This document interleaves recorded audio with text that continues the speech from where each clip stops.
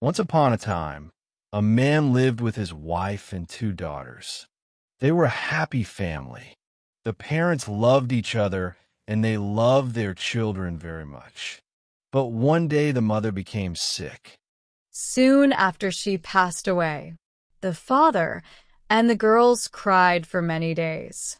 The house felt cold and empty. After some time, the father thought, I cannot cook, I cannot fetch water. My daughters need a mother. I need help. One day he met a young, beautiful woman. He liked her.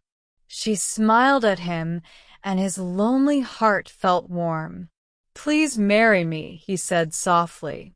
Be my wife. The woman watched him carefully.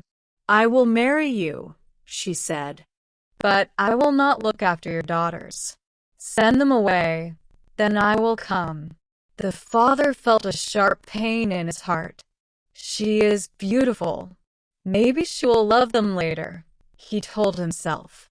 Very well, he whispered. I will send them away. That night, he sat beside his daughters. His voice shook. Tomorrow, I am getting married again. My new wife, she does not like children. You must hide in the grain store.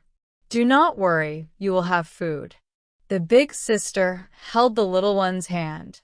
They were scared, but they listened. The next morning, the father brought the woman home. He said to her, My ancestors' spirits live in the grain store. Please give them food 3 times a day. They are always hungry.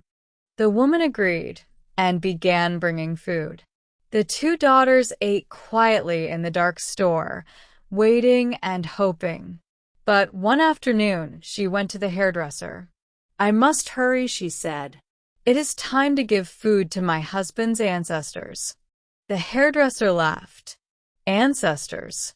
No, his daughters live in that store. You are feeding them. The woman's face turned hard and cold. My husband lied to me. Those stupid girls. When she reached home, she did not bring food. She locked the grain store door and shouted, No more food for you. I don't want you. The little sister cried. We have nothing to eat. The big sister hugged her. Don't cry. We will find a way. When the father came home, the woman shouted, You lied to me. I will leave you if you keep those girls. Choose them or choose me.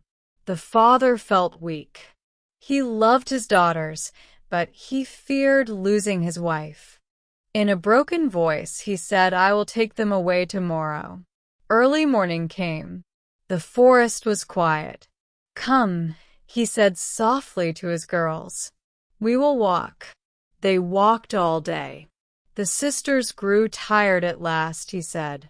Rest here, sleep under this tree. The children lay down. When they slept, the father whispered, I will come back, I promise. But he knew he was too afraid of his wife to return. He placed a thick branch between them so they would think he was still there, then left them alone. In the night, the little one woke up. Sister, I hear something. I'm scared. The big sister listened.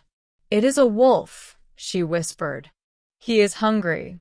The wolf came closer. The girls trembled. Our clothes are leather, said the big sister. Give him small pieces. They tore small pieces from their clothes and threw them. The wolf sniffed them, ate them, and slowly walked away. Morning arrived. Father didn't come back, the little sister said, her voice full of tears. We will find help, the big sister said. We must be brave.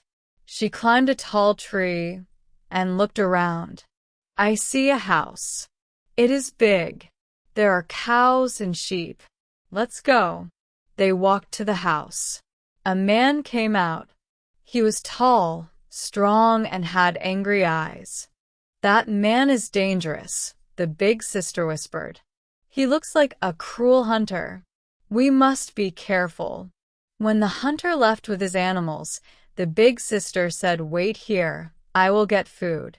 She ran inside, found bread, and brought it to her sister.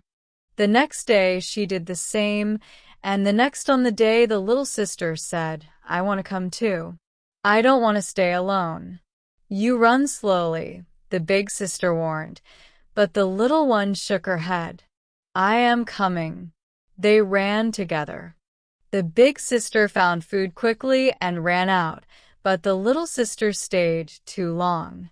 The hunter came back early. He grabbed her. "Ah, a little thief," he shouted. He put her in a sack and tied the top. He pulled the sack up to the roof and left her hanging there. The big sister hid outside, her heart pounding.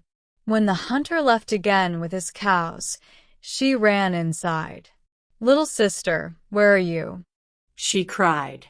"Here, I'm here," the little sister shouted from above. The big sister climbed up, cut the rope, and helped her out.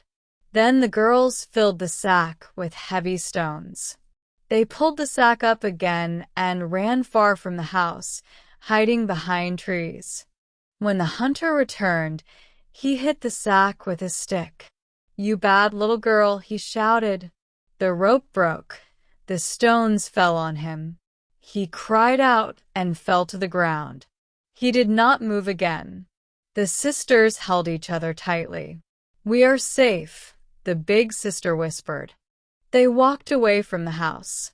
For a long time, they wandered through the forest until they reached a small cottage. An old woman opened the door. She had gentle eyes. "Oh, dear children," she said softly, "why are you alone?" The little sister began to cry. "Please help us." The old woman hugged them. "Come inside. You will be safe now." She gave them warm food and soft beds, and she kept them as her own daughters. The sisters were finally safe. They lived in peace with love, kindness, and a home where no one ever pushed them away again.